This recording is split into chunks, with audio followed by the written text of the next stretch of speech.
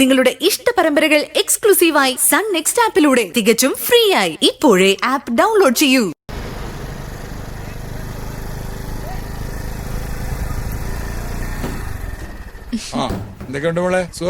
സുഖമായിട്ടിരിക്കുന്ന അങ്ങളെ. വാ അകത്തിരിക്കെ, ഒരു കാപ്പി കുടിക്കാം. ഇപ്പൊ വേണ്ടങ്ങളെ, ഇവളൊരു മട്ടൻ ബിരിയാണി വാങ്ങി തന്നേ ഉള്ളൂ. വയറ് ഫുള്ളാ. എന്നാ ഞാൻ പൊക്കോട്ടെ.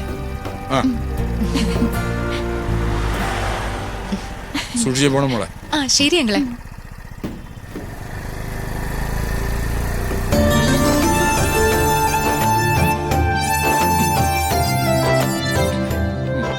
മാറ്.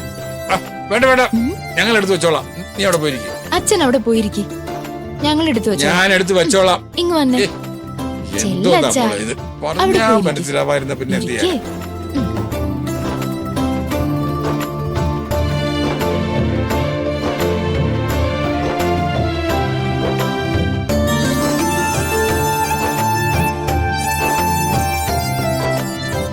ചേട്ടാ, ഇവിടത്തേക്ക് ഇത്രേ സ്റ്റോക്ക് ഉള്ളൂ.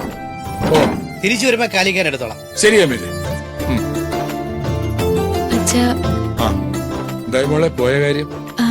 അച്ഛാ, പ്രിയയുടെ അച്ഛൻ പറഞ്ഞത് ലോണൊക്കെ കിട്ടും. പക്ഷേ അച്ഛന്റെ മനസ്സ് വിഷമിക്കുമല്ലോ എന്ന് കരുതി സത്യം പറയാതിരിക്കണ്ട മോളെ. ലോൺ കിട്ടില്ല എന്ന് പറഞ്ഞ കാണും മാനേജർ അല്ലേ? അത് അച്ഛൻ എങ്ങനെ അറിഞ്ഞു? അറിഞ്ഞില്ല, ഊഹിച്ചു. ഈട് വെക്കാൻ പ്രോപ്പർട്ടി വല്ലതും ഉണ്ടെങ്കിൽ. നമ്മുടെ കയ്യില് വസ്തുവൊന്നും ഇല്ലല്ലോ എന്ന് വിഷമിക്കുകയാണോ അച്ഛൻ? അല്ല മോളെ, നമുക്കുമുണ്ട് സ്വന്തമായിട്ട് 1 ഏക്കർ ഭൂമി.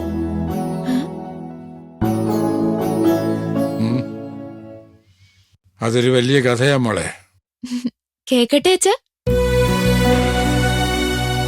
എന്റെ അമ്മയുമായിട്ട് എന്റെ കല്യാണാലോചന നടക്കുന്ന സമയത്ത് എന്റെ കയ്യിൽ 1 സെന്റ് ഭൂമി പോലുമില്ല. അന്ന് നിന്റെ മുത്തച്ഛൻ പറഞ്ഞു, ഇങ്ങനെ ഒരാൾക്ക് എന്റെ മോളെ കെട്ടിച്ചു കൊടുക്കില്ല എന്ന്. ഞാൻ എന്റെ അമ്മയെ തനിയെ വിളിച്ചു ചോദിച്ചു, എനിക്ക് വേണ്ടി ഒരു 2 വർഷം കാത്തു നിൽക്കാമോ പത്മാവതി എന്ന്. 2 വർഷമല്ല, ഒരു ജന്മം മുഴുവൻ കാത്തിരുന്നോളാന്ന് എന്റെ അമ്മ പറഞ്ഞു കാണും. അത് തന്നെയാ മോളെ നിന്റെ അമ്മ പറഞ്ഞത്. എങ്ങനെയെങ്കിലും കുറച്ച് കാശുണ്ടാക്കാനുള്ള വാശിയില്ലേ ഞാൻ എൻ്റെ ഒരു കൂട്ടുകാരന്റെ സഹായത്താൽ ഗൾഫിലേക്ക് പോയി. അവിടെ ജോലി ചെയ്ത് സമ്പാദിച്ച കാശൊക്കെ ഞാൻ നിന്റെ അമ്മയുടെ പേർക്ക് അയച്ചു കൊടുത്തു. പത്മാവതി അത് സ്വരൂപിച്ചു വെച്ചു.